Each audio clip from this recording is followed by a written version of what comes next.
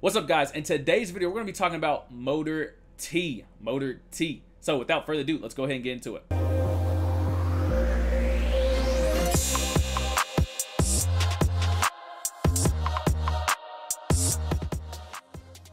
All right, guys, let's hear about what these glorified truck drivers do for the Marine Corps. My name is Corporal Jonathan Perez, United States Marine Corps, Alpha Company 19 Tanks. My job is a 3531 motor vehicle operator. What I do is I bring supplies out to the field, whether it be chow, water, ammunition, or fuel. I get it out to the Marines in order to get the mission accomplished. And guys, chow is food, if you didn't know. And like he said, basically, he's in charge of driving a truck and whatever's in that truck, making sure it gets to where it needs to in a timely manner. Geez, sorry, I can't talk.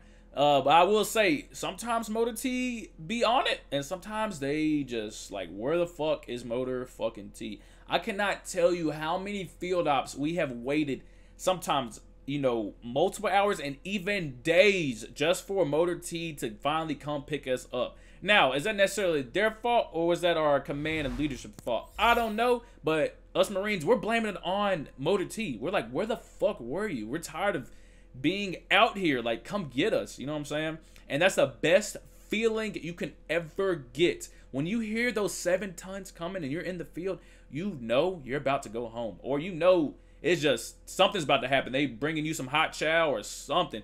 Yeah, I love the sound of freaking 7 tons coming, because like I said, I know something's good about to happen. I'm about to go home, or I'm about to freaking get something that's better than some MREs. And I will say though, the ride in the 7 ton, it ain't the best, but me personally, and if I were you, I would try to get as much sleep as you can. And like me personally, we didn't really get to go to sleep as boots in the back of the 7 ton just because we were boots. We were new guys. They wouldn't let us sleep. But as a senior, shit me, I'm knocked out. I'm in that motherfucker. It's like head bouncing, head hitting everywhere. I didn't give a fuck, bro. I was knocked the fuck out. And I highly recommend that, because that's a good little 15 to 30-minute naps you're probably gonna get in the back of that 7 ton, and that shit is gonna help, I promise you. But yeah, guys, they're basically in charge of transporting whatever it may be: Marines, food, chow, ammunition, fuel. Literally, that's what they do. They are glorified truck drivers. Back home, I always used to work on trucks, and I always had a knack for motor vehicles. Also, I just thought about that since he said it.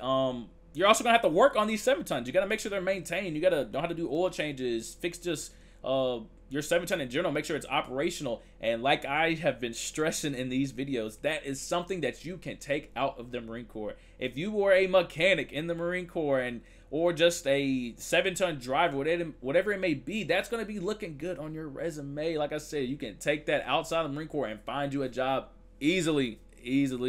So keep these things in mind.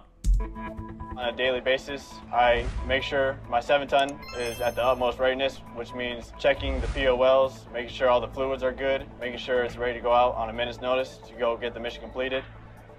When I'm not working on my truck, I'm training inside a tank, because that's the unit I'm attached with right now. And you will find that to be the case for a lot of quote-unquote POG MOSs. If you're not doing anything at your direct job and you're around some grunts, or for his case, tanks, or even AVs or whatever, that's your opportunity to learn something else in the Marine Corps and cross-train. That's your opportunity to find out what it's like doing other things within the Marine Corps. So if you decide to re-enlist, you might not want to be in Motor T anymore, but you got an opportunity to cross-train with tanks or with whoever, and you might want to switch over to that MOS for your next enlistment. So that's something to also keep in mind, because like I said, I know a lot of people want to be a grunt, but like he just said, you have the opportunity to cross-train in the Marine Corps. And we've, got some Motor T guys that have, chilled with us in the field and showed them some things and showed them how the mortar system worked, or whatever little tidbits we could give them. And that can be very important, you know what I'm saying, for your future in the Marine Corps. So don't just get honed in on the infantry and I want to be an infantry because that's what everyone thinks is cool. Okay, cool. You could do something your first 4 years, have maybe the opportunity to cross-train with some grunts or whoever you want to do, and just switch over after that. But yeah, just keep all these things in mind. Keep an open mind when it comes down to picking your MOS in the Marine Corps. The Marines, the tip of the spear. We're at the highest level of readiness. We're ready to go out on a minute's notice. If we're told to pack up, now, like I said, a minute's notice, give or take a couple hours with that sometimes. But for the most part, I mean, you got to think about it. These guys want to go home too. So I know, like us grunts, we probably bitch a lot of transpose late or, you know, all this stuff. But I mean, like I said, it might be a minute or two before they either get to you or they, you know, drop you off, whatever it may be. But yeah, don't get your hopes on like, hey, Motor T is going to be here quick to come pick me up from the field. That's probably not going to be the case. And go out. We're going to pack up and go out with speed and intensity, and we're going to be the first ones out there. The things that I do to prepare myself include physical exercise, classes, cross training, getting my gear ready, getting my vehicle ready, making sure my Marines are taken care of. And what he said is very important. Just because you're a pogue and you're not a grunt doesn't mean you shouldn't be PTing, doesn't mean you shouldn't be working out, doesn't mean you shouldn't be trying to better yourself both physically and mentally within the Marine Corps. If the Marine Corps is actually what you want to do for a career, his mindset is what you need to have. You need to say, no matter what my MOS is, I'm going to be the tip-top physically and mentally in my MOS. And that's going to also look good for when you are up for promotions and meritorious boards and things like that. So that's a mindset you need to have no matter what MOS field you're in. Just don't think if I'm a pogue, oh, I'm never gonna have to work out any of that stuff. Okay, cool. You can go that route, but you're not gonna exceed that much in the Marine Corps. That mindset that corporal has is exactly what you need to have. Making sure their families are taken care of. My combat mindset makes me ready, whether it be Afghanistan or Iraq. I'm gonna be ready, and I'm gonna do what I have to do. Watching these older type videos of Marines during, you know, wartime, it's really crazy how they think and mindset if you pay attention to how almost every single corporal that we've watched so far in these MOS videos that I've been doing, they all say checking for the well-being of their Marines and everything like that. That real sense of brotherhood and that real sense of, you know, just wanting to take care of each other and being a great leader. So that's why I tell you, during peacetime, that's when all that stuff has kind of gone away. The Marine Corps has kind of lost those type of leaders. And you know, it could be correlated to wartime and peacetime and all that thing, and I think it really is. During a time of war, you want to be close to everybody as you can because you're dependent on that person to the left or right to get you back home.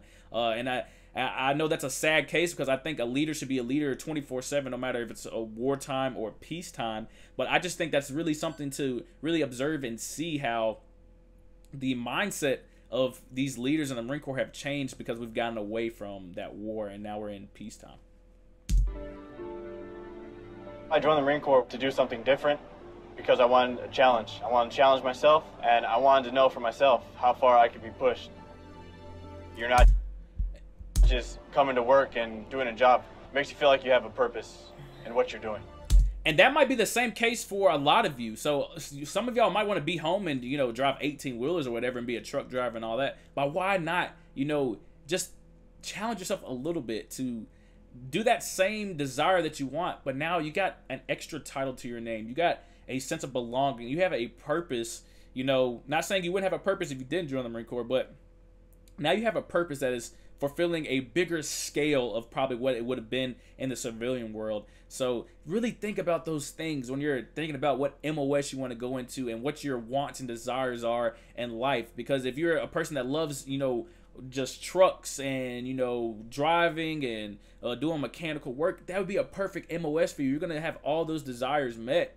And at the same time, you'll be a United States Marine. That's crazy, crazy, crazy to think about because a lot of people don't have that mindset. So that if you're watching that video right now, that means you're one of those people that want to become just part of that less than 1% of the United States to take on that challenge and become a Marine. But guys, hopefully you learned something in today's video. Hopefully it gave you a little insight of what Motor T is like. If you liked the video, please give it a like. Please comment down below what you want to see next. And if you have not yet subscribed, make sure you subscribe and hit that notification bell so you not miss anything from me. And as always, guys, thanks for watching.